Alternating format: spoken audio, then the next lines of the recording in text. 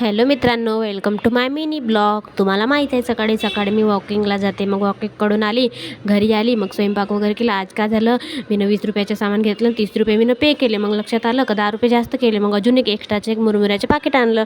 मला खूप आवडते ते. मग हजबंडनं केली तयारी आणि ते निघाले ड्युटीला. शूज वगैरे घालत होते. मग म्हटलं थोडंसं शूट करून घ्या. तर हबी म्हणे का रोज रोज करतं म्हणे. मग मी त्यांना बाय वगैरे केलं. तर ते आज घाईघाईमध्येच गेले. मग मी नाश्ता वगैरे केला. बघू शकता ते तिखटच लागत होतं, मिरची जास्त घालते का तर माहीत नाही.